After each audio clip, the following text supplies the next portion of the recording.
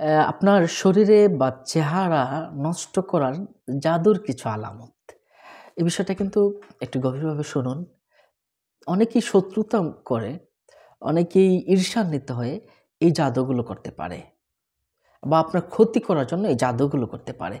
যেমন চেহারা যাতে তার নষ্ট হয়ে যায়, শরীরে রোগ ব্যাধি আসে, খারাপ অবস্থা হয়। এজন্য এই জাদুগুলো অনেকেই করে থাকে। এমনকি দেখুন এইগুলো তো করে রাসূল সাল্লাল্লাহু আলাইহি ওয়াসাল্লামকে পর্যন্ত জাদু টোনা করে ফেলেছিল। আপনারা তো জানেন সূরা নাস এবং ফালাক কিন্তু নাজিল হয়ে গিয়েছিল।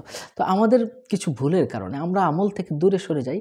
কিছু আমল অনেক সময় অবহেলা করে আমরা ছেড়ে দেই। যার কারণে দেখা যায় যে আমাদের উপর জাদু টোনা, জিন-পরীরা আসর করতে পারে। হ্যাঁ, সম্মানিত দর্শক ও শ্রোতা, তো শরীর বা চেহারা নষ্ট হয়ে যাচ্ছে। তো এটা কি জাদু নাকি অন্য কিছু? এই আলামতগুলোতে বুঝতে পারবেন। শরীর বা চেহারা যদি নষ্ট হয়ে যায়, তাহলে কোন আলামতে বুঝবেন যে আপনাকে জাদুটোনা করা হচ্ছে? আসুন আমরা এই বিষয়টা জেনে নেই। ইনশাআল্লাহ শেষে আমরা এর থেকে বাঁচার উপায় বলে দেব ইনশাআল্লাহ। ১ নম্বর হলো চোখের ভ্রুতে ব্যথা করবে।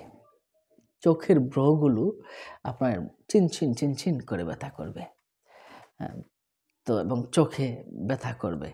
যদি চেহারা নষ্ট হওয়ার একটা আলামত হয়। আ এরপরে ২ নম্বরে আমরা যদি যেটা বলতে চাই, এটা হলো অ্যালার্জির মতো রক্ত জমে লালচে ঘামাচির মতো হয়ে যাবে। ছুপ হয়ে যেতে পারে। মুখের বা শরীরের বিভিন্ন জায়গায় ছুপ হয়ে যেতে পারে। এটার মানে হলো আপনাকে জাদুটোনা করার একটা সম্ভাবনা আছে। হ্যাঁ? কুফরি কালাম করার একটা সম্ভাবনা আছে। হ্যাঁ? অনেকেরই কিন্তু এমনটা ঘটে আমরা দেখেছি যে তার চেহারা থেকে একটা করেছে।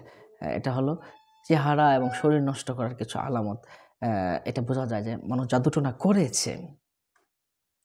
এরপরে আপনার মুখে পিম্পল হতে পারে। পিম্পল মানে হচ্ছে যে আপনার মুখের ভিতরে ব্রণ, মেস্তা এগুলো আসবে।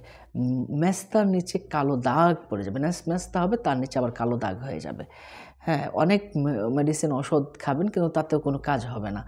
হ্যাঁ, তখন বুঝে নিতে হবে যে আপনার জাদুটোনা করার একটা আলামত রয়ে গেছে।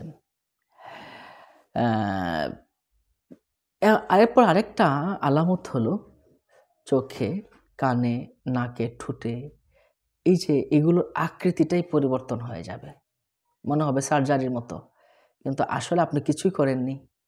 যদি এমনটা হয় যে চোখ অস্বাভাবিক ফুলে গেছে, নাক অন্যরকম হয়ে গেছে, ঠোঁট অন্যরকম হয়ে গেছে, কান অন্যরকম হয়ে গেছে, তাহলে বুঝতে হবে আপনাকে জাদুটোনা করা হয়েছে।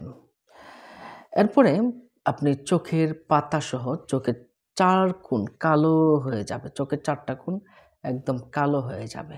তো অনেক সময় কিডনি রোগীদের এমনটা হয়। কিন্তু কিডনি রোগী ছাড়াও অনেকেরই এই চোখের কালো রং হয়ে যায়। তখন বুঝবেন যে জাদুটোনা করার একটা সম্ভাবনা আছে। আবার এমন হয় অল্প বয়সে আবার কারো মুখ ধূসর হয়ে যায়। অল্প বয়সে মনে হয় যেন অনেক মুরুব্বি হয়ে গেছে, অনেক বড় হয়ে গেছে। হ্যাঁ? অল্প বয়সে তাদের মুখটা ধূসর হয়ে যায়, রং বিবর্ণ হয়ে যায়।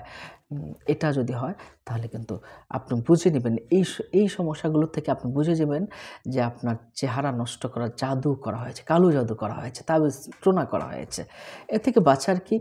এর থেকে বাঁচার উপায় কি? এর থেকে বাঁচার উপায় হলো আপনি সর্বদা অজু অবস্থায় থাকার চেষ্টা করবেন। এরপরে অবশ্যই প্রত্যেক নামাজের পরে আয়াতুল কুরসি পড়ার চেষ্টা করবেন। হ্যাঁ? আয়াতুল কুরসি পড়বেন। এরপরে ঘুমানোর সময়ে আপনি সূরা নাস এবং ফালাক পড়ে এভাবে হাতের মাঝে ফু দিয়ে মাথা থেকে পা পর্যন্ত ৩ বার মুছে দিবেন। ৩ বার এভাবে মুছে দিবেন ঘুমানোর সময় এবং ঘুম থেকে উঠে। এই কাজটা কিন্তু করতেই হবে আপনাকে। হ্যাঁ? তাহলে আপনাকে কোনো রকম জাদু-টোনায় আক্রান্ত করতে পারবে না।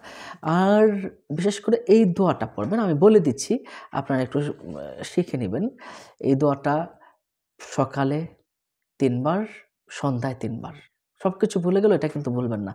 সহিহ হাদিস শরীফে এসেছে। রাসূল সাল্লাল্লাহু আলাইহি ওয়াসাল্লাম বলেছেন, যে ব্যক্তি এই দোয়াটা পড়বে পৃথিবীর কেউ তাকে কোনো ক্ষতি করতে পারবে না। জিন, পরী, কীট-পতঙ্গ কোনো প্রাণী তাকে ক্ষতি করতে পারবে না। দোয়াটা কি? বিসমিল্লাহিল্লাযী লা ইয়াদুররু মা ইসমিহি শাইউন ফিল আরদি ওয়ালা ফিস সামাই ওয়া হুয়াস সামিউল আলীম। আমি আবারও বলছি, বিসমিল্লাহিল্লাযী লা ইয়াদুররু মা ইসমিহি শাইউন ফিল আরদি ওয়ালা ফিস সামাই ওয়া হুয়াস সামিউল আলীম।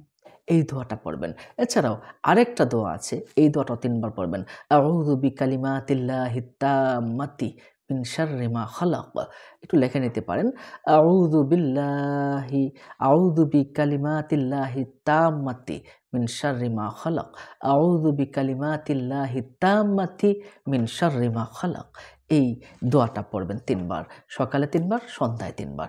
এভাবে আপনি পড়বেন।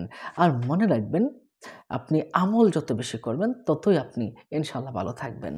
জিন ভূত তাড়ানো, কুফরি টানা থেকে মুক্ত থাকার রুকিয়াগুলো আপনি ইউটিউব থেকে শুনবেন ইনশাআল্লাহ। আল্লাহ সুবহানাহু ওয়া তাআলা আপনাকে আমাদেরকে কালো জাদু থেকে হেফাজত করুন। আমিন। আসসালামু আলাইকুম ওয়া রাহমাতুল্লাহি ওয়া বারাকাতুহু।